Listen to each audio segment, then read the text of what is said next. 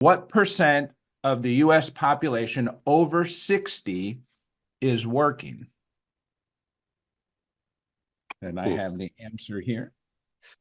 I'm going to go over 60. I'm going to Okay, go with 70%. 70% over Yes. 16. No cap on the upper end.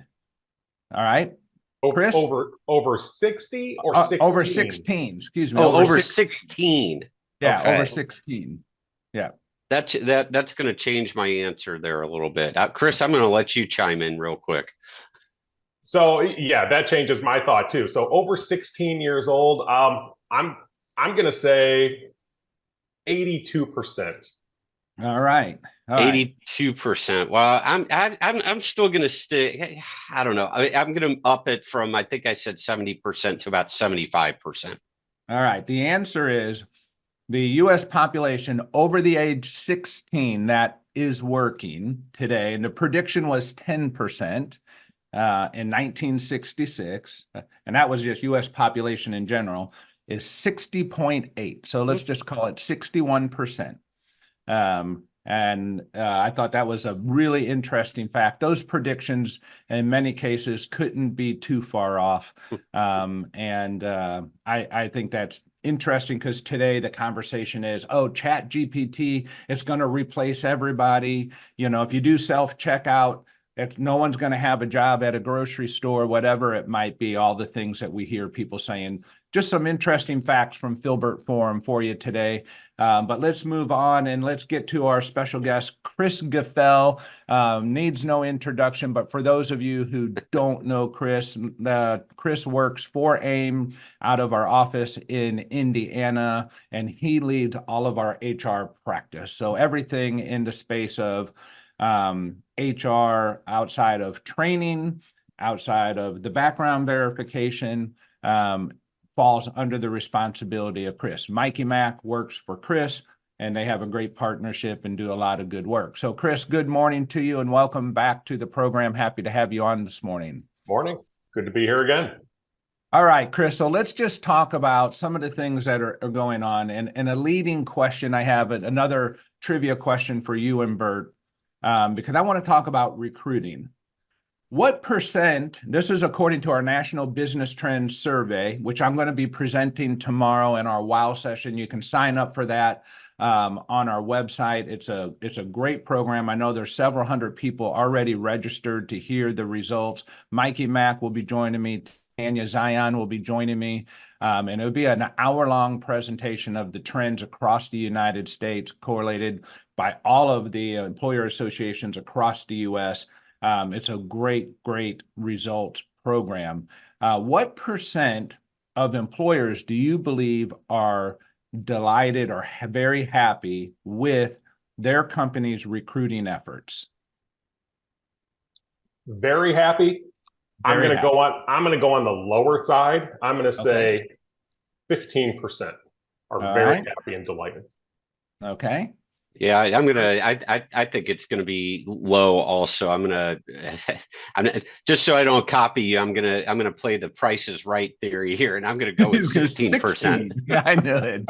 You do $1 more bet. I like it. I like Burt asking you these questions versus you asking me, because the answer is rounded up to 11%.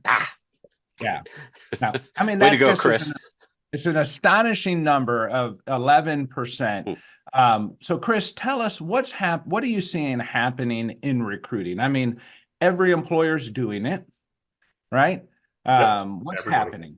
Paint us a picture of what you're starting to see. So, and this is coming from conversations I'm having with our members, and there's so many of them that are out there.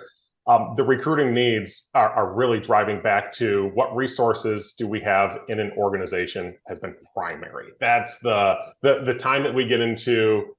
People are pulled in the HR department in different ways. Maybe we don't have the expert that we would hope to have as a recruiter. We've been asked to do a lot. I think if we look back over the past couple of years, 2021, and how important talent acquisition was, and that hasn't gone away.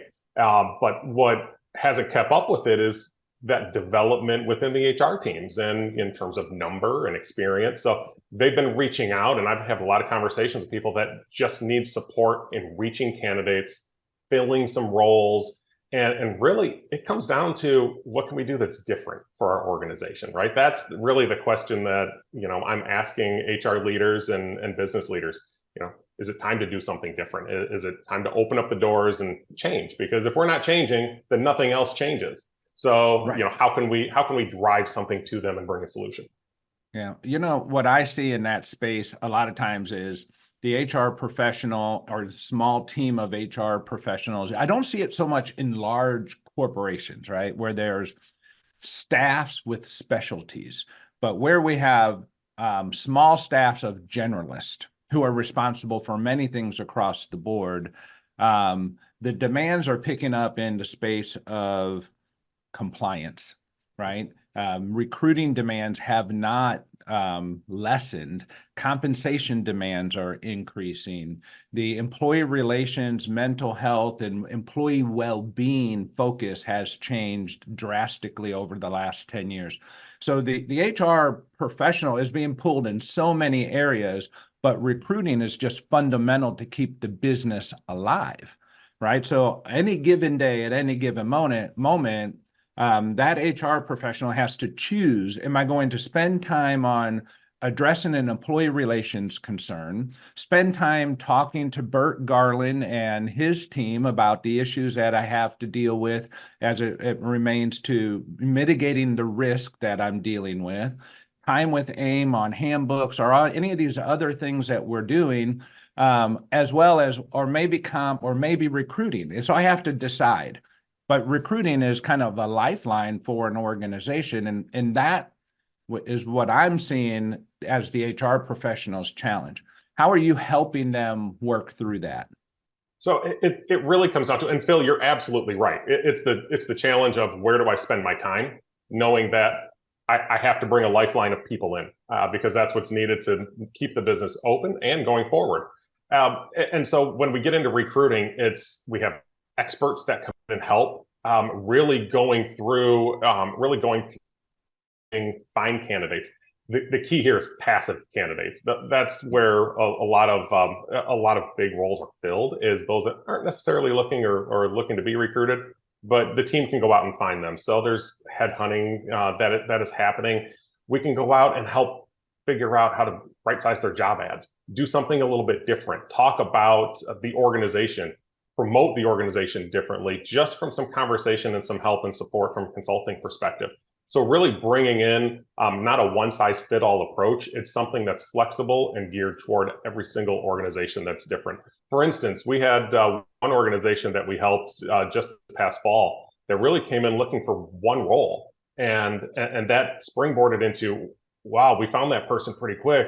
We need more of that. Let's open it up and bring multiple of those people in, knowing that once you start figuring out the key to that recruitment for that position, it can roll into a really good thing for that organization. Yeah. And I like what you said, if you need or desire a different result, right? And I know employers do, owners, CEOs would like there to be a different result, but no one wants that more than the HR person who's spinning their wheels right. time and time again, doing the same thing and not feeling necessarily the challenge, but the burden, right? Very different thing, a challenge versus a burden in that. To do their job well, to be recognized as a professional with a level of excellence. I always, when I'm working with them, I always say, what is it that you really like to do that you're good at? And let's get you focused there. And then how can I help you with what you're not so good at or you don't like to do? Because if I don't like to do it, I don't do it with the passion and the energy to do it at a level of excellence that it probably deserves. So that's, I know in my conversations, always a good starting point for that. Chris, what other trends are you seeing from our membership base at this point? There's the big one, and we've talked about it, and this is where Burt focuses too, is the compliance side comes through. Our handbook support and handbook work. We have a lot of projects with our members, and I think that's just to the side of compliance is going to be there, and the organizations now sometimes have waited a very long time to update the handbook, and that's really where I go when I talk compliance. that just the basics there are the handbook. This impacts recruiting, it impacts retaining people, and it impacts, of course, let's make sure that our organization is meeting regulatory needs and state regulatory needs. So the handbook is there and helping to take it off of somebody's plate. Again, we're getting into time that the HR professionals just don't have, our business leaders just don't have. Let some experts come in and help. And I think that's what's really proven to be so supportive and helpful to organizations. And they've been very appreciative of what we've been able to help and support. So again, fatigue of the HR professional, it's real. I think anybody who's been in HR has faced it. Where do we spend our time? And Phil, to your point, like if it's not something we feel really passionate about or feel good about doing, then let's find somebody that can do it for us. And that just helps take us up as professionals to that next level. You know, the last thing in that it's usually one of the biggest concerns I have when I discover when I'm talking with our HR team is there's this silent concern that we don't speak about out loud with many people, particularly if we don't trust them. And that is, I am afraid, or I don't want to say, I can't do that. I'm not good at that, right? So the HR person takes that burden to go about it the best way that they can because they believe their boss thinks that's your job, right? This is your job to do recruiting, to do job descriptions, to do compensation, to do employee relations, to do union free, to do all these things. That's your job. And in today's world, 20, 30 years ago, that was a very different thing. You didn't have to deal with pay transparency and the things we were talking about and how complicated it is to just do a simple background check and all these things that Burt tells us about every single Thursday morning.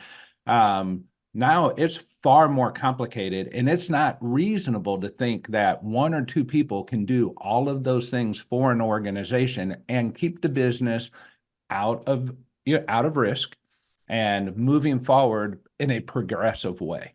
And so I know when I get in conversations and I help executives know that, they're often willing to say, okay, what do we need to do? Right? Once they understand the challenge, they can say, what do we need to do? And then we move that business forward. And it's like this, it takes off. But there has to be that courage first to say, I need this help.